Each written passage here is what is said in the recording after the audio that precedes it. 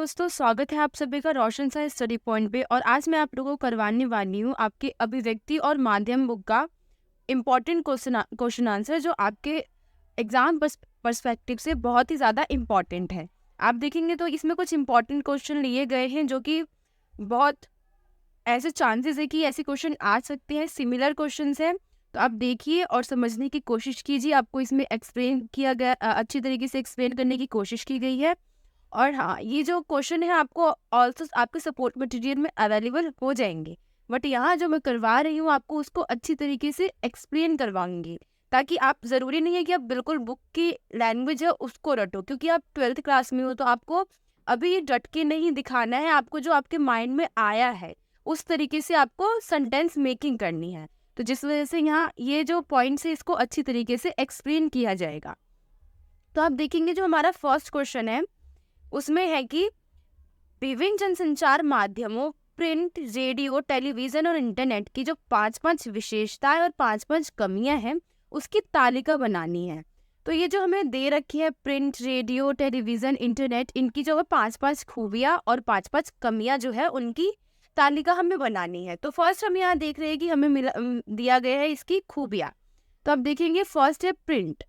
अब हम प्रिंट की खूबियां देखें तो इसको पढ़ने व सोचने का पूरा अवसर प्राप्त होता है। तो आप देखेंगे जो प्रिंट माध्यम है, जो मुद्रित माध्यम है, उसको हम अच्छी तरीके से पढ़ सकते हैं, उस पर सोच विचार कर सकते हैं। वो स्थायी है, वो ऐसा नहीं है कि उसकी कोई टाइम लिमिट है उसके बाद वो चला जाएगा। वो जैसा है वैसे ही रहेगा, स्थायी रूप से आप उसको पढ़ सकते हैं, उसके बारे में समझ सकते हैं। अब सेकंड देखेंगे कि यह लिखित भाषा का विस्तार है। इसमें जो लिखित भाषा है उसका विस्तार है, मतलब टॉपिक्स को बहुत अच्छे तरीके से इसमें एक्सप्लेन किया जाता है।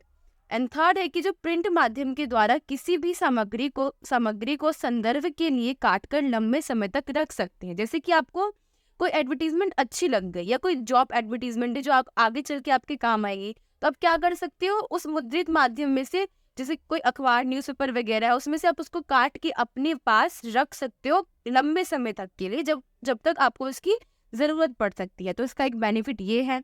एंड फोर्थ देखेंगे कि कहीं से भी और कभी भी पढ़ सकते हैं आप। जो मुद्रित माध्यम है उसको आप कहीं भी पढ़ सकते हो, कभी भी पढ़ सकते हो, क्योंकि वो मुद्रित माध्यम है। तो आप उसको आसानी से एक जगह से दूसरी जगह ले जा सकते हो और उसको कभी भी पढ़ सकते हो। एंड हम फिफ्थ देखेंगे जो प्रिंट माध्यम है उसके चिंतन व विचार व संप्रेक्षण का माध्यम है। मतलब यही है कि जो प्रिंट माध्यम है उसको अगर हम पढ़े तो उसमें बहुत गहन अध्ययन, चिंतन हम कर सकते हैं उसके बारे में। हम जो लिखा हुआ है उसको संप्रेक्ष में समझ सकते हैं और उस पर हम विचार कर सकते हैं। तो ये सारे जो आपने देखी ये आपके प्रिंट माध्यम है उसकी विशेषता थी। अब हम सेकंड देखेंगे, हमारे पास दिया हुआ है रेडियो।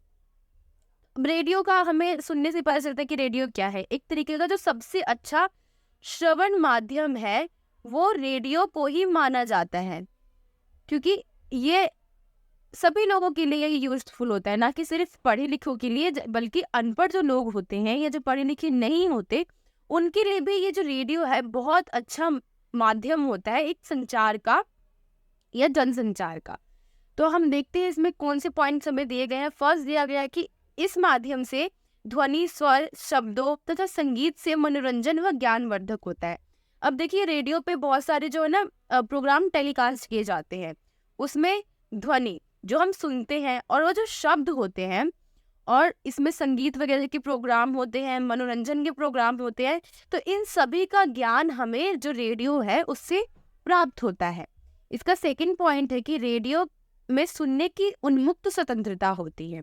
मतलब आप रेडियो को अपनी तरफ से सुन सकते हैं, अपनी जब जितनी भी अपनी स्वतंत्रता को रखते हुए आप उसमें आराम से उसको सुन सकते हो। अब हम थर्ड देखेंगे कि ये सस्ता माध्यम है। अब रेडियो बहुत आसानी से प्रोवाइड हो जाता है आपको, तो ये एक तरीके का सस्ता माध्यम है।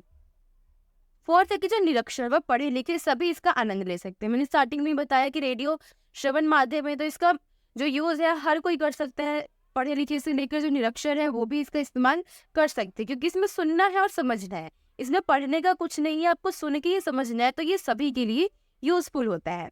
एंड इन द लास्ट उसमें दिया गया कि इस माध्यम से दूर दराज के कार्यक्रम भी आसानी से सुने जा सकते हैं। मतलब आप देखेंगे कि रेडियो पे भी न्यूज़ वगैरह आती है, तो न्यूज़ टेलीकास्ट होते हैं, तो जो दूर दराज की न्यूज़ होती है वो भी हम रेडियो पे आसानी से सुन सकते हैं, क्योंकि वो न्यूज़ उस पे टेलीकास्ट होती है। अब हम नेक्स्ट देखेंगे, हमारा दे रखा है टीवी। अब टीवी एक तरीके का जो श्रवण माध्यम और दृश्य माध्यम, दोनों ही हम टीवी पर देखते और सुनते दोनों ही है। तो इसका तो फर्स्ट आप लिखना चाहो तो ये लिख सकते हो कि ये एक तरीके का श्रवण और दृश्यात्मक माध्यम है। अब हम इसमें देखेंगे कि इसमें क्या दे रखा है कि जो विश्व की घटना को हम घर बैठे सीधे लाइव देख सकते हैं। अब देखिए कि यहाँ पे होता है कि ये सब लाइव टेलीकास्ट करते हैं सीधा, जैसे अमेरिका में कुछ हुआ, जापान में कुछ हुआ, तो वहाँ से इनको न्यूज़ सीधे सीधे मिल जाती है। तो ये वहाँ की जो कवरेज होती है उसको लाइव कवरेज करके हम लोगों को दिखाते हैं। तो टीवी का एक ये फायदा हुआ कि ये हमें लाइव कवरेज करके दिखाती है।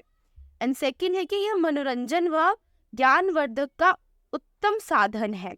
अब देखिए इसमें मनोरंजन के लिए इसमें बहुत सारे अब चैनल्स देखेंगे कि इसमें कार्टून चैनल्स है और म्यूजिक चैनल्स है, मूवीज चैनल्स है। तो इसमें मनोरंजन का भी पूरा वो दिया गया है, ज्ञानवर्धक। इसमें आपको न्यूज़ वगैरह जितनी भी है, स्पोर्ट्स के जो चैनल्स हैं और बहुत सारी जो डिस्कवरीज वगैरह चैनल्स है, उससे आपको जो ज्ञान की चीज़ें प्राप्त होती है वो भी आपको यहाँ मिल जाती है। और इसका नेक्स्ट दे रखा है हमें कि जो टीवी की खबरें जीवंतता का एहसास करवाती है। मतलब जो आप टीवी देखते हैं उसमें खबर वगैरह आप सुन रहे हैं तो वहाँ पे ना आपको पिक्चर शो होती है, इस वजह से आपको लगता है कि हाँ, हम फील करते हैं कि ये रियलिटी में हो रहा है, ऐसा है, हम अपने आंखों से वो सारी चीज़ें देख रहे हैं, तो हमें वो जीवंतता का एहसास करवाती है। अब हम नेक्स्ट देखेंगे कि इसमें लिखने व सुनने का आनंद, इसमें देखने व सुनने का आनंद एक साथ लिया जा सकता है। ये इसमें कि हम इसमें देख भी सकते हैं, हम सुन भी सकते हैं। इसमें लाइव प्रसारण हो रहा है तो हमें लाइव प्रसारण के बारे में कोई व्यक्ति होगा, कोई एंकर होगा जो हमें बता भी रहा होगा। अब नेक्स्ट है कि इसके माध्यम से साक्षर व निरक्षर दोनों तरह के जो लोग हैं वो इन कार्यक्रमों को देख व सुन सकते हैं। यही है कि इसमें हमें देखना है और सुनना है। तो ऑब्वियस सी बात है, जो पढ़ा लिखा है, जो नहीं है, वो भी इसको देख के सुन के समझ सकता है। इसमें भी लिखने का कोई वो नहीं है कि आप सामने आपको बोलने वाला रहेगा, एक स्क्रीन होगी जहाँ आपको दिखाया जा रहा होगा, तो आप आसानी से उसको समझ सकते हैं, सुन सकते हैं और देख सकते हैं। तो ये थी आपके टीवी की सारी खूबियाँ। अब हम नेक्स्ट देखेंगे इंटरनेट। ये जो इंटरनेट है ये दृश्य व प्रिंट दोनों माध्यमों का यहाँ पर जो है हमें लाभ मिलता है। अब हम यहाँ पे देख भी सकते हैं, सुन भी सकते हैं और प्रिंटेड मतलब मुद्रित माध्यम में भी या छपे हुए माध्यम में भी हम इसे पढ़ सकते हैं और इसका लाभ उठा सकते हैं। तो जो इंटरनेट है इसका तो फर्स्ट ये है। सेकंड इसमें दिया है कि इंटरनेट के द्वारा बटन दबाते ही सूचनाओं का विशाल भंडार प्राप्त हो जाता है। अब देखिए जो इंटरनेट है उसमें बहुत सारी वेबसाइट उपलब्ध करवा दी गई है जिसमें कि हम तुरंत ही, अगर हमें कोई न्यूज़ इमिडिएटली सुननी है तो हम एक बटन क्लिक करेंगे, उसके बाद ही जितनी भी न्यूज़ होगी वो हमारे सामने आ जाएगी। तो इसमें यही बताया गया है कि ये इंटरनेट इतना स्पीड वाला माध्यम बन चुका है कि हम सिर्फ एक बटन क्लिक करते ही वहाँ पे जो हमारी सूचनाएं हैं उसका भंडारण इकट्ठा कर सकते हैं। नेक्स्ट देखेंगे कि यह संवादों के आदान प्रदान व चैटिंग का सस्ता स्रोत है। अब देखिए सोशल मीडिया है तो यहाँ पे आजकल आसानी से ही जो संवाद है उसका हम आसानी से आदान प्रदान कर सकते हैं, चैटिंग वगैरह कर सकते हैं। तो इसमें इसका फ़ायदा ये है कि हम जो कॉन्टेक्ट है वो बहुत आसानी से बढ़ा सकते हैं। अब इसमें फोर्थ दिया गया कि खबरें बड़ी तीव्र गति से पहुंचाई जाती है। अब इंटरनेट एक ऐसा माध्यम है जिसमें खबर तुरंत ही एक जगह से दूसरी जगह आसानी से पहुंचाई जा सकती है या तुरंत ही पहुंचाई जा सकती है। इसकी गति बहुत ज़्यादा तेज है। अब फिफ्थ देखेंगे कि इंटरनेट के द्वारा खबरों का संप्रेषण, पुष्टि, सत्यापन व बैकग्राउंड तुरंत हो जाता है। मतलब जो इंटरनेट है इसके द्वारा हम खबरों का संप्रेषण और पुष्टि, मतलब कि जो उसकी पुष्टि की जो खबर रियल है या नहीं है, या उसका बैकग्राउंड सही है या नहीं है, ये सत्यापन की वो सच में ऐसा घटित हुआ है या नहीं हुआ, इसकी जानकारी हम तुरंत ही जो इंटरनेट है उसमें पा सकते हैं, उसके द्वारा प्राप्त कर सकते हैं। तो ये थी आपकी इंटरनेट की खूबियाँ। अब ये जो क्वेश्चन है बहुत ज़्यादा इम्पॉर्टेंट है, इसमें ज़रूरी नहीं कि आपको सारे साथ में ही आ जाएंगे, इससे अलग भी क्वेश्चन बन सकते हैं कि आपसे 3 मार्क्स से पूछ ले या 2 मार्क्स से पूछ ले कि जो प्रिंट है वो जो प्रिंटर है या मुद्रित माध्यम है, उसकी विशेषता बताइए या उसकी खामियां बताइए। ऐसे ही रेडियो और ऐसे ही टीवी और इंटरनेट में भी आ सकता है। तो ये बहुत ज़्यादा इम्पोर्टेंट है, आप इसको अच्छी तरीके से रीड कीजिएगा। अब ये हमने जितनी भी इनकी खूबियाँ या विशेषताएं थी अब हमने कर ली है, अब हम देखेंगे इसकी खामियां। तो हम इसकी खामियां देखेंगे। इसमें सबसे पहले आपको प्रिंट के बारे में बताया गया कि इसमें सीमित स्थान होता है। मतलब देखेंगे कि जो न्यूज़पेपर वगैरह कोई भी प्रिंटेड माध्यम होगा उसमें ना किसी भी विषय का ऑलरेडी जो कॉलम होगा वो फिक्स कर दिया जाएगा कि इस कॉलम में ही हम एडवर्टीजमेंट करेंगे, इस कॉलम में जॉब्स वगैरह की जो चीज़ें होगी वो रहेगी, एक कॉलम में जॉब की जो जोक्स वगैरह होंगे वो रहेगा, और एक कॉलम में इंफॉर्मेशन वगैरह। तो उसमें ऑलरेडी जो होती है ना स्थान ना बुक कर दिया जाता है, जिस वजह से उसके स्थानों की संख्या वहाँ पे सीमित हो जाती है। इसका नेक्स्ट है कि जो निरक्षर अर्थात अनपढ़ लोगों के लिए जो प्रिंटेड माध्यम है वो किसी काम का नहीं है। तो आप देखेंगे जो अनपढ़ लोग हैं उनके लिए प्रिंटेड माध्यम किस काम का होगा, जब वो पढ़ नहीं पाएंगे, वो उसको समझ नहीं पाएंगे। तो ये उसकी एक खामियां में आ जाएंगी कि जो प्रिंट माध्यम है वो निरक्षरों के लिए किसी भी काम का नहीं है। अब हम नेक्स्ट देखेंगे कि इस माध्यम द्वारा हम तुरंत घटी घटनाओं को संचालित नहीं कर सकते। मतलब जो प्रिंटेड माध्यम है, ये मुद्रित माध्यम है, इसका एक टाइम लिमिट होता है कि ये इतने टाइम में ही जो खबरें हैं उसको संचारित कर सकते हैं। और अगर कोई भी अभी घटी घटना या समकालीन घटी घटना होगी वो उसका प्रसारण तुरंत नहीं कर पाएंगे, ये अगले ही दिन उसको प्रसारित कर पाएंगे। तो ये उसकी एक खामियां में आ जाएगा। नेक्स्ट आप देखेंगे कि आय के विशेष स्रोत न होने के कारण जो प्रिंट माध्यम को विज्ञापनकर्ताओं को वरीयता देनी होती है। मतलब जो विज्ञापन कार्य करता है उनको ये इम्पोर्टेंस देते हैं, इसमें यही बताया गया है। तो अब हम नेक्स्ट देखेंगे कि जो अशुद्धियां हो तो छपने के बाद उन्हें दूर नहीं किया जा सकता। मतलब अगर कोई अशुद्धि इसमें हो गई है तो इसका से उसको शुद्ध करके वो अगले ही दिन के प्रसारण में कर पाएंगे, वो आज में ऐसा नहीं कर सकते। क्योंकि अब उन शुद्धियों को अब देखने के लिए आप कोई भी खबर पढ़ रहे हैं, आपने उसको गलत पढ़ लिया, लेकिन नेक्स्ट डे आपको पता चल रही है कि उसमें कुछ गलती थी या कुछ सही नहीं किया गया था। तो इसका एक दोष है कि अगर उसमें कोई गलती होती है तो वो सीधे उसके लिए हमें नहीं बता सकते, हमें उसके लिए अगले दिन का इंतजार करना पड़ेगा। तो ये सारे जो आपके प्रिंटेड माध्यम है उसकी जो कमियां है उसके बारे में बताए गए हैं। अब हम सेकंड देखेंगे कि आपका है रेडियो। तो रेडियो एक रेखीय माध्यम की तरह पीछे नहीं लौट सकते। मतलब आप रेडियो देखेंगे तो उसमें भी जो प्रसारण होता है वो एक ही बार होगा। आप जैसे कि आप कुछ न्यूज़ सुन रहे हैं, आपको वो ठीक से समझ में नहीं आता, आप चाहोगे कि मैं उसको थोड़ा सा पीछे करके बैक करके उसको सुनने की कोशिश करूँ, तो रेडियो में ऐसा नहीं हो सकता। रेडियो में जो प्रसारण हो रहा है वो आगे होता ही रहेगा अपने टाइम के हिसाब से। आप उसमें पीछे जाके दोबारा उस चीज़ को सुन समझ नहीं सकते हो। उसके लिए आपको दोबारा से उस न्यूज़ का प्रसारण होने का वेट करना पड़ेगा, जिसमें कि आपको काफ़ी टाइम लग सकता है। नेक्स्ट आप देखेंगे कि कई बार रेडियो कार्यक्रमों एवं समाचार बुलेटिनों की प्रतीक्षा करनी पड़ती है। अब यही कि इसमें टाइम लिमिट सेट होता है कि अगर रेडियो का जो टाइम लिमिट चला गया और आपने वो नहीं सुना तो आप फिर वो न्यूज़ रह जाएगी, आप वो नहीं सुन पाओगे। तो आपको उसका वेट करना पड़ता है कि ये टाइमिंग इतने की है तो इसका दोबारा जो प्रसारण होगा, अगर आपने पहला वाला छोड़ दिया तो दोबारा प्रसारण के लिए आपको वेट करना पड़ेगा, प्रतीक्षा करनी पड़ेगी। और नेक्स्ट है कि रेडियो में अधिक लंबे कार्यक्रम नहीं सुनाए जा सकते हैं क्योंकि वह उबाऊ हो जाएंगे। अब रेडियो एक तरीके का श्रवण माध्यम है, इसमें हम किसी चीज़ को दिखा नहीं सकते हैं, तो इसमें हमें बस बोलना पड़ता है। तो हमें इसमें बड़े टॉपिक जो होते हैं वो नहीं देखने को मिलते। आप देखोगे इसमें छोटे टॉपिक होंगे जो लोगों को इंटरेस्ट जगाते हैं, बड़े टॉपिक यहाँ पे आपको बिल्कुल भी नहीं मिलेंगे। नेक्स्ट आप देखेंगे कि इसमें बोलचाल की भाषा के प्रयोग से भाषा के विस्तार व विकास की संभावना नहीं रहती। मतलब इसमें जो बोलचाल हो रहा है, बोलचाल की बात होती है, इसमें भाषा के विकास की कोई भी संभावना नहीं होती है। नेक्स्ट आप देखेंगे कि इस माध्यम में श्रोताओं को बांध कर रखना काफी कठिन होता है। अब इसमें श्रोता जो है सुनने वाले हैं उनको बांध कर रखना बहुत ज्यादा मुश्किल होता है कि वो उसको सुने या सुनते रहे, या उनको किसी तरह उसमें इंटरेस्ट जगाना थोड़ा मुश्किल होता है रेडियो में। तो ये भी इसकी जो खामियां है उसमें आ जाएगी। तो आपने जो ये पढ़ा ये सारी जो है आपकी रेडियो की खामियां हैं। अब हम नेक्स्ट देखेंगे हमारा है टीवी। जो टीवी है इसमें समय की सीमा होती है, ये भी एक रेखीय माध्यम है। अब जो टीवी है इसमें प्रसारण का एक समय सीमा होती है।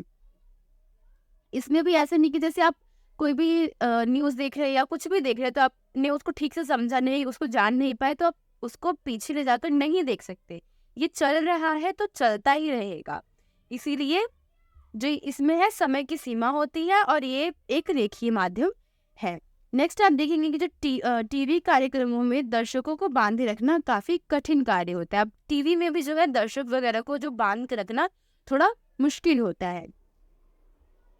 इसमें दृश्य श्रव्य में बहुत संतुलन बनाना, जो इसमें दृश्य मतलब जो देखने वाला है और जो शब्द है उनमें जो संतुलन बनाना बहुत ही कठिन होता है। कि मतलब कई आपने देखा होगा कि आप न्यूज़ देखते हैं तो जो सामने स्क्रीन पर चल रहा होता है और जो एंकर होता है उसको उसी हिसाब से बोलना पड़ता है जो स्क्रीन पे चल रहा है। अगर ये आगे पीछे हो गया तो फिर वो न्यूज़ किसी काम की नहीं रहेगी। तो इसमें दृश्य और जो श्रव्य वो संतुलन है वो बनाना थोड़ा मुश्किल होता है।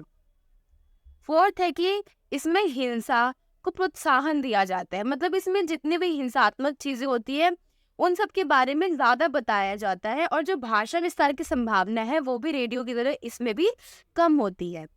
अब हम फिफ्थ देखेंगे कि जो टीवी माध्यम में लाभ को ध्यान में रखकर तैयार किए गए कार्यक्रम विशेष दर्शक वर्ग के लिए होते हैं, अतः यह टाइप्ड हो जाते हैं। तो ये जो आपने सारे देखे ये आपके जो टीवी है उसकी खामियां थी। अब हम नेक्स्ट देखेंगे हमारा है इंटरनेट। अब इंटरनेट के लिए तो बहुत सारे लोगों को पता होगा, ऑलरेडी बच्चों को पता होगा कि इंटरनेट आजकल क्या हो रहा है। इंटरनेट पे लोग अपना टाइम वेस्ट कर रहे हैं, जो अपने से ज़्यादा टाइम है वो इंटरनेट पे लगा रहे हैं। जो बच्चे हैं वो पूरे टाइम गेम्स में लगे रहते हैं या रील्स वगैरह देखने में लगे रहते हैं। एंड जो बड़े होते हैं वो भी किसी तरीके से घर के कुछ काम है वो अब खुद जाके नहीं करेंगे, जो भी है वो ऑनलाइन मंगवाएंगे। तो एक तरीके से जो ये इंटरनेट की खामियां में भी आएगा, खूबियां भी आ सकती है, बट हम इसको खामियां में भी लिख सकते हैं कि लोग आलसी होते जा रहे हैं, अपना सारा टाइम इंटरनेट पर वेस्ट कर रहे हैं। तो हम इसे देखेंगे। इसमें क्या है कि फर्स्ट है इसमें समय सीमा ना होने के कारण लोग दूसरे कार्यों से कटते जा रहे हैं। अब इसमें कोई समय सीमा नहीं है, इसमें आप जब चाहो तब भी कोई भी प्रसारण देख सकते हो, जिस वजह से जो लोग हैं अपना पूरा टाइम सिर्फ इंटरनेट पे वेस्ट कर रहे हैं। नेक्स्ट आप देखेंगे कि गरीबों तथा अनपढ़ों के लिए इंटरनेट किसी काम का नहीं, इसे चलाने के लिए धन व कौशल की आवश्यकता होती है। अब जो गरीब है और जो अनपढ़ लोग है, जो गरीब है वो अफोर्ड नहीं कर पाएगा इंटरनेट को, और जो अनपढ़ लोग हैं वो इसको यूज नहीं कर पाएंगे, क्योंकि इसके यूज के लिए हमें पैसों की, जो गरीब लोग हैं उनको पैसों की जरूरत और जो अनपढ़ लोग हैं उनको कौशल की जरूरत पड़ेगी, जो कि बहुत मुश्किल है। तो एक तरीके से जो हम इसको बता सके कि ये एक महंगा माध्यम है जो इंटरनेट है, और इसको जो अनपढ़ लोग हैं उसके लिए ये कोई भी यूजफुल नहीं है। नेक्स्ट हम देखेंगे कि जो नई पीढ़ी में स्वयं को हर समय अपडेट रखने की लत लगी हुई है, जो जिसके जो है बुरे परिणाम हमारे सामने आए। अब देखेंगे कि सब क्या कर रहे हैं कि ट्रेंड में चल रही है आजकल, उनको जो भी चाहिए वो ट्रेंडिंग चाहिए, जो ट्रेंड में चल रहा है हम वही अपनाएंगे। तो जिस वजह से जो बच्चे अपनी पुरानी संस्कृति को भूलते जा रहे हैं और ट्रेंड के चक्कर में जो पश्चिमी सभ्यता है या कुछ हमारे संस्कृति से हटकी है उसमें अपना टाइम वेस्ट कर रहे हैं। और नेक्स्ट देखेंगे कि यह अश्लीलता, दुष्प्रचार और गंदगी फैलाने का एक माध्यम है। मतलब इसमें जितने भी अश्लीलता भरी चीजें होती है या इसके दुष्प्रचार है और गंदगी फैलाने का एक माध्यम है। मतलब इसके बहुत सारे फायदे भी है लेकिन इसके नुकसान भी उतने ही है। अब नेक्स्ट देखेंगे इसका लास्ट कि इंटरनेट को केवल एक औजार के रूप में प्रयोग किया जा सकता है।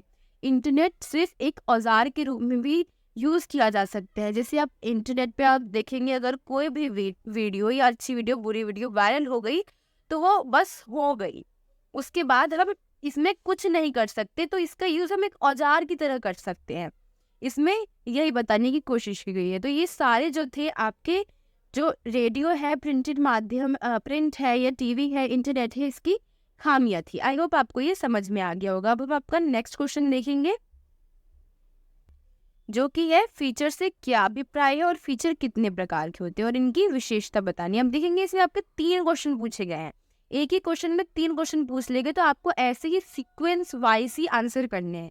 जैसे फर्स्ट दिया गया फीचर क्या है, तो आपको बताना है फीचर क्या है, फिर बताना है फीचर कितने प्रकार के होते हैं और फिर उनकी विशेषता बतानी है। फर्स्ट हम देखेंगे कि फीचर क्या है। अब फीचर एक सुव्यवस्थित, सृजनात्मक और आत्मनिष्ठ लेखन है जिसका उद्देश्य पाठकों को सूचना देना, शिक्षित करना और मुख्य रूप से मनोरंजन करना होता है। जो फीचर है इसका यही है कि ये लोगों का बस एक उद्देश्य है कि इससे जो लोग हैं वो शिक्षित हो सके और जो सूचनाएं हैं लोगों तक पहुंच सके और जो मनोरंजन का कार्य है वो एक फीचर करता है। ठीक है, अब इसके हम प्रकार देखेंगे कि ये कितने प्रकार के होते हैं। तो इसके बहुत सारे प्रकार हैं, जिनमें से कुछ है कि समाचार बैकग्राउंड फीचर, खोजपरक फीचर, साक्षात्कार फीचर, जीवन शैली फीचर और रूपात्मक फीचर, व्यक्ति चरित्र फीचर, यात्रा फीचर और विशेष कार्य फीचर। अब ये जो आपने पढ़े ये सारे थे फीचर के प्रकार। अब हम नीचे देखेंगे कि जो फीचर है उसकी क्या विशेषता है। फीचर की शैली कथात्मक शैली की तरह ही होती है। इसका आकार रिपोर्ट से बड़ा होता है। एक अच्छे व रोचक फीचर के साथ फोटो, रेखांकन या ग्राफिक्स का अनिवार्य जो होना अनिवार्य है। मतलब जो फीचर है वो भी एक कथात्मक शैली में कथा के रूप में ही होता है। ये जो है रिपोर्ट से इसका जो आकार है वो बड़ा होता है। और एक अच्छे फीचर में हम फोटोज वगैरह, ग्राफ्स वगैरह इन सब का होना अनिवार्य होता है। इसमें जो फीचर में जो शब्दों की अधिकतम सीमा नहीं होती, मतलब आप फीचर में देखेंगे तो इसमें कोई सीमा नहीं होती, आप इसमें अपने मन से लिख सकते हैं। अब जो फीचर है ये बोझिल नहीं होता। तो आपको ये देखा, आपने ये आंसर देखा कि जो फीचर है फर्स्ट आपको बता रखा था कि फीचर के बारे में, सेकंड बताया कि जो फीचर के प्रकार है उसके बारे में, थर्ड आपको इसकी विशेषता के बारे में बताया। तो आप ऐसे ही ध्यान रखेंगे, अगर इस टाइप के क्वेश्चन आते हैं तो आपको ऐसे ही सीक्वेंस वाइज ही उसके आंसर करने हैं। अब हम नेक्स्ट देखेंगे आपका सेकंड क्वेश्चन, जो कि है विशेष रिपोर्ट से आप क्या समझते हैं और विशेष रिपोर्ट कितने प्रकार की होती है। इसमें भी आपसे 2 टाइप के क्वेश्चन पूछे गए एक ही क्वेश्चन में, कि विशेष रिपोर्ट से आप क्या समझते हैं और विशेष रिपोर्ट कितने प्रकार के होते हैं। तो हम इसका आंसर देखते हैं कि जो विशेष रिपोर्ट है, विशेष रिपोर्ट समाचार पत्र पत्रिकाओं में गहरी छानबीन, विश्लेषण और व्याख्या के आधार पर जो रिपोर्ट प्रस्तुत की जाती है उसे विशेष रिपोर्ट कहते हैं। अब विशेष रिपोर्ट जिसमें गहरी छानबीन की जाती है किसी विशेष टॉपिक पे, विशेष विषय पर, उसे ही हम विशेष रिपोर्ट कहते हैं। अगर आप सरल भाषा में लिखना चाहें तो आप ऐसे एक्सप्लेन कर सकते हैं। अब इसके हम प्रकार बताएंगे तो विशेष रिपोर्ट के 4 प्रकार होते हैं। फर्स्ट है खोजी रिपोर्ट, दूसरी है इन डेप्थ रिपोर्ट, तीसरी है विश्लेषणात्मक रिपोर्ट और चौथी है विवरणात्मक रिपोर्ट। अब फर्स्ट हम देखेंगे जो खोजी रिपोर्ट है। अब इसके नाम से कोशिश करेंगे समझने की, तो खोजी रिपोर्ट मतलब खोज परख छानबीन। तो इसके नाम से पता चल रहा है कि हम खोज परख करेंगे या किसी चीज़ की छानबीन करेंगे तो उसे हम खोजी रिपोर्ट कहेंगे। तो इसको हम देखें तो इसमें जिस रिपोर्ट में पत्रकार उन सूचना और तथ्यों को छानबीन करके जनता के सामने लेकर आता है जो पहले सबके समक्ष ना आए हो, मतलब ये छानबीन करके उन सूचनाओं को जनता के सामने लेकर आता है जो पहले उनके सामने ना आई हो, उसी को खोजी रिपोर्ट कहा जाता है। अब नेक्स्ट है इन डेप्थ रिपोर्ट। तो इसमें है जो सार्वजनिक रूप से प्राप्त तथ्य, मतलब जो आम लोगों से, जनता से जो प्राप्त तथ्य होता है, सूचना और आंकड़ों की गहरी छानबीन कर महत्वपूर्ण पहलुओं को जनता के सामने लाई जाती है। मतलब जो सार्वजनिक रूप से जितनी भी पहलुएं या तथ्य होती है उनसे सूचना एकत्रित करके जो जनता के सामने रखी जाती है उसे इन डेप्थ रिपोर्ट कहा जाता है। अब आपका ये है विश्लेषणात्मक रिपोर्ट, जिस रिपोर्ट में घटना या समस्या से जुड़े तथ्यों का विस्तार में विश्लेषण हो, मतलब जो भी टॉपिक है उसको हमने बहुत ही अच्छे से डीपली बता रखा हो और उसकी व्याख्या कर रखी हो, उसे हम विश्लेषणात्मक रिपोर्ट कहेंगे। नेक्स्ट है आपका विवरणात्मक रिपोर्ट, जिस रिपोर्ट में समस्या का विस्तृत और वर्णन और बारीकी से किया जाए और उसके तथ्य को उद्घाटित किया जाए, उसे हम विवरणात्मक रिपोर्ट कहेंगे। जैसे कोई भी समस्या उसको हमने बहुत ही बारीकी से समझा है, लोगों को समझाया और उसके तथ्य जितने भी पॉइंट्स, वैल्यूएबल पॉइंट्स है, उसको सामने हमने रखा है लोगों के, तो उसको हम विवरणात्मक रिपोर्ट कहेंगे।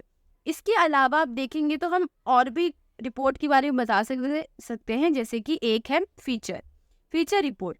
सामान्य रिपोर्ट से उल्टा पिरामिड शैली में लिखे जाते हैं, किंतु एक कथात्मक शैली में लिखी जाने वाली रिपोर्ट फीचर रिपोर्ट कहलाती है। मतलब हम जो फीचर रिपोर्ट है उसको सामान्यतः उल्टा पिरामिड शैली में लिखते हैं, किंतु एक कथात्मक शैली में हम इसे जो है फीचर रिपोर्ट कह सकते हैं। तो इसको भी हम इसमें ऐड कर सकते हैं, जो हमारे विशेष रिपोर्ट है उसके प्रकार में। आपका ये पूरा क्वेश्चन हो चुका है। इसमें फर्स्ट है कि विशेष रिपोर्ट क्या है, उसको यहाँ पे एक्सप्लेन किया गया है, एंड सेकेंड आपको इसके प्रकार बताने से वो यहाँ पर एक्सप्लेन किया गया। अब हम नेक्स्ट क्वेश्चन देखेंगे। इसमें है विशेष लेखन से आप क्या समझते हैं और इसके प्रमुख क्षेत्र तथा उनके प्रयोग में होने वाली भाषा शैली के बारे में बताइए। तो फर्स्ट इसमें आंसर है कि जो विशेष लेखन किसे कहते हैं, वो हम देखेंगे कि समाचार पत्रों में सामान्य समाचारों के अलावा साहित्य, विज्ञान, खेल इत्यादि की भी जानकारी मिलती है। इसमें कार्य के अंतर्गत जब किसी खास विषय पर सामान्य लेखन से हटकर विशेष लेखन किया जाता है, जैसे इसमें हम कोई भी टॉपिक ले लेंगे, उसमें हम सामान्य लेखन की जगह विशेष लेखन लिखेंगे। मतलब उसकी जितनी भी स्टार्टिंग की हिस्ट्री है, वहां से लेकर प्रेजेंट में जो चल रहा है या जो बीच में हुआ, उन सबको हम इसमें गहराई से लिखेंगे, विशेष रूप से लिखेंगे, उसी को हम विशेष लेखन कहेंगे। इसमें इतना बताया गया है आपको। नेक्स्ट हमें दिया गया है कि जो विशेष लेखन है उसके प्रमुख क्षेत्रों के बारे में और उसकी भाषा शैली के बारे में। तो फर्स्ट हम उसके क्षेत्र देखेंगे। तो विशेष लेखन के क्षेत्र है अर्थ, व्यापार, खेल, मनोरंजन, विज्ञान, प्रौद्योगिकी, कृषि, विदेश, पर्यावरण, रक्षा, कानून, स्वास्थ्य आदि। मतलब ये सारे ऐसे टॉपिक है जिन पे हम विशेष लेखन लिख सकते हैं, जिनके हम गहराई में अध्ययन कर सकते हैं। उसकी शुरुआत, उसका बीच का जो भी कुछ हुआ या जो प्रेजेंट में चल रहा है, हम उसके बारे में लिखकर एक विशेष रिपोर्ट तैयार कर सकते हैं। नेक्स्ट इसमें दे रखा है कि इसकी भाषा शैली। तो जो विशेष लेखन की कोई निश्चित भाषा शैली नहीं होती, यहाँ कोई ऐसा रूल नहीं है कि आप इसी भाषा शैली में यहाँ लिखेंगे।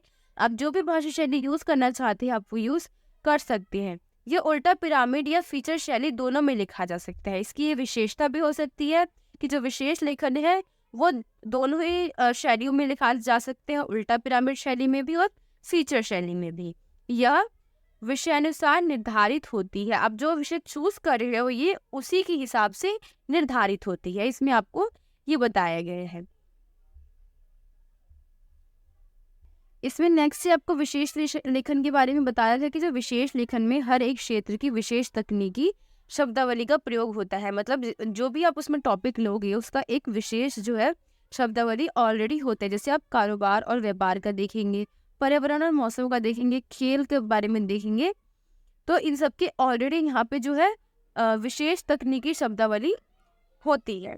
नेक्स्ट आप देखेंगे, आपका जो क्वेश्चन है, क्वेश्चन ये कि विशेष लेखन में वीट तथा डेस्क का अर्थ तथा महत्व बताइए। अब आप देखेंगे जो वीट है और जो डेस्क है ये शब्द सेम ही है। मतलब अगर हम समाचार पत्रों या रेडियो टेलीविजन में इसकी बात करें तो जो विशेष समूह होते हैं, जो एक अलग जो लेखन होता उसके लिए काम कर रहे थे, उनको एक डेस्क दिया जाता है, या उन समूह के लोग होते हैं उनको एक डेस्क दिया जाता है जो कि किसी एक टॉपिक से हटकर उस टॉपिक पर विशेष जो जानकारी होते हैं उसको देते हैं, उसे ही हम डेस्क कहते हैं। लेकिन जो मीडिया की जो भाषा है उसमें उसको बीट कहते हैं। ठीक है, जितना नॉर्मल मैं बता सकती थी बताया, अब हम इसको रीड करते हैं ताकि आपको अच्छे से समझ में आए।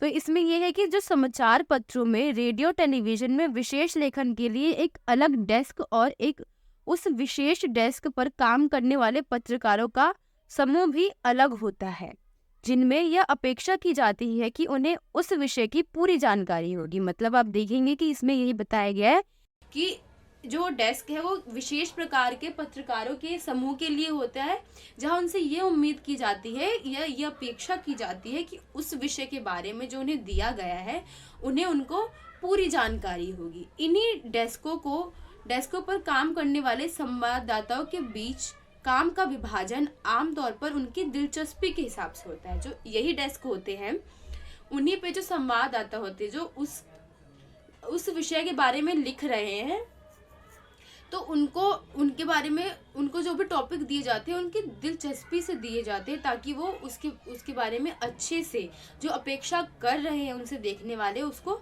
पूरी जो विषय की जानकारी वो अच्छे से कर सके।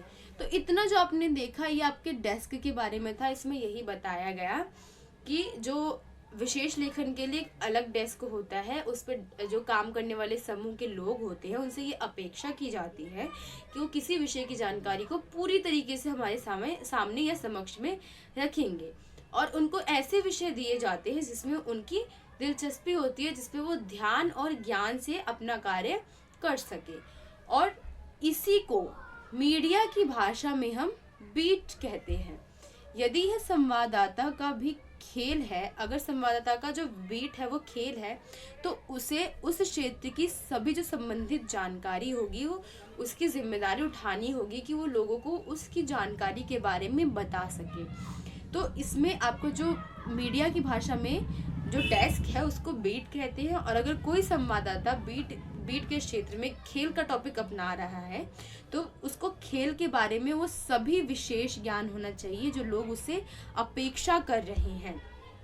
तो यही आपका बीट रिपोर्टिंग और डेस्क था।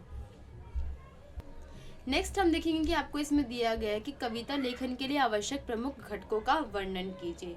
तो जो कविता लेखन में हमारे लिए जो ज़रूरी होती है, चीज़ें ज़रूरी होती है, इम्पोर्टेंस रखती है, उसके बारे में बताना है। तो फर्स्ट हम देखेंगे कि जो भाषा का सम्यक ज्ञान, मतलब जितनी भी भाषा है उनको उसका ज्ञान होना चाहिए और अपनी कविताओं में अलग अलग भाषाओं का प्रयोग करना चाहिए। इसका ये होना चाहिए अपने शब्दों में आंसर। हम ये इस वाली डेफिनेशन को पढ़ेंगे कि कविता में भाषा की भूमिका बहुत महत्वपूर्ण है। भावों और संवेदनाओं की अभिव्यक्ति के लिए ज़रूरी है कि कवि कविता में भाषा के रोज़ नए नए प्रयोगों का अपने अनुभवों को रूप में प्रदान दे। मतलब कि जितने भी उसके अनुभव है वो भाषा के ज़रिए, अलग अलग भाषाओं के ज़रिए वो उसको रूप प्रदान करे। तो कविता का जो सबसे इम्पोर्टेंट जो घटक है उसमें से है भाषा का सम्यक ज्ञान, मतलब सभी भाषाओं का अच्छी तरीके से ज्ञान होना चाहिए। अब हम नेक्स्ट देखेंगे कि इसमें है शब्द विन्यास, मतलब कि जो शब्द है वो मनुष्य के सबसे प्रिय मित्र होते हैं। इसलिए कविता लेखन के लिए समय कवि को अपने भाव और विचारों के अनुभव शब्दों का चयन कर उनका प्रयोग करना चाहिए। मतलब जब कवि अपने भावों को प्रकट कर रहा है कविता के जरिए, तो उसको शब्दों का बहुत ज़्यादा ध्यान रखना चाहिए, क्योंकि जो शब्द है वो मनुष्य के सबसे प्रिय होते हैं।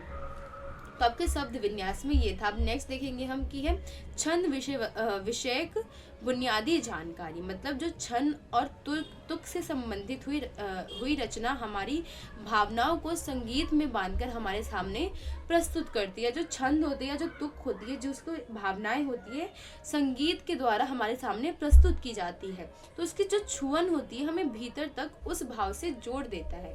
मतलब कोई भी चीज़ अगर हम देखें कि म्यूजिकली हमारे सामने रिप्रेजेंट होती है, तो हम उस चीज़ को फील करने लग जाती है, उसके भाव को, जो भाव वगैरह उसको समझने लग जाती है। इसलिए जो कविता में छंद और तुक है कविता को अधिक भावमय बनाते हैं। मतलब जो छंद है या तुक वगैरह है, जो म्यूजिक वगैरह है, उसका यूज ये कविता को बहुत ज़्यादा भावमय बना देता है।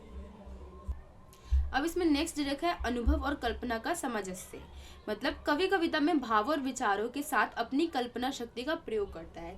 यहाँ कवि जो है कविता में अपनी जितनी भी कल्पना शक्ति है उसका प्रयोग करता है। तो जो कल्पना के द्वारा कवि कविता में जीवन के सत्य और मधुर कटु दोनों को प्रकट करता है। मतलब कि जो कवि है वो अपने अनुभव भी लिखता है, जो उसकी रियलिटी है वो भी लिखता है, और जो कल्पना है उन दोनों का सामंजस्य बनाता है। मतलब जो मधुर बातें हैं, जो कल्पना में सोची गई मधुर बातें हैं वो, और जो अनुभव, जो उसके जीवन की कटु अनुभव है, वो उन दोनों को ही प्रकट करता है।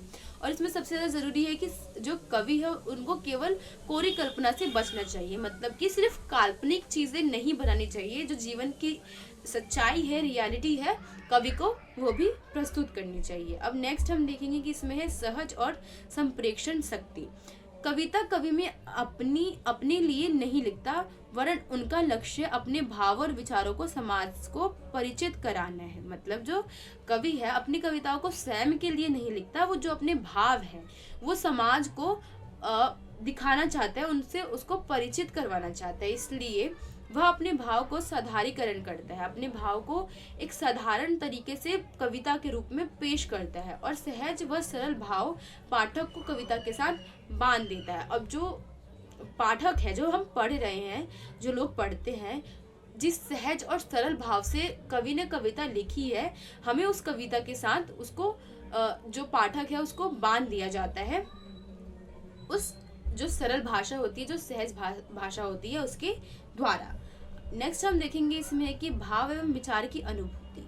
कविता भाव का प्रबल आवेग है और मनुष्य भाव और विचारों को अभिव्यक्त करने के लिए तत्पर रहता है। मतलब कि जो कविता है वो भावों का प्रबल आवेग है और मनुष्य भावों को अभिव्यक्त करने के लिए हमेशा तैयार रहता है। मतलब जो मनुष्य है वो अपने भावों को बताने के लिए, उसको दिखाने के लिए हमेशा रेडी रहता है कि कोई उसकी बातों को समझे। तो जो सामान्य व्यक्ति है कविता की उस ऊंचाई तक नहीं पहुंच सकता।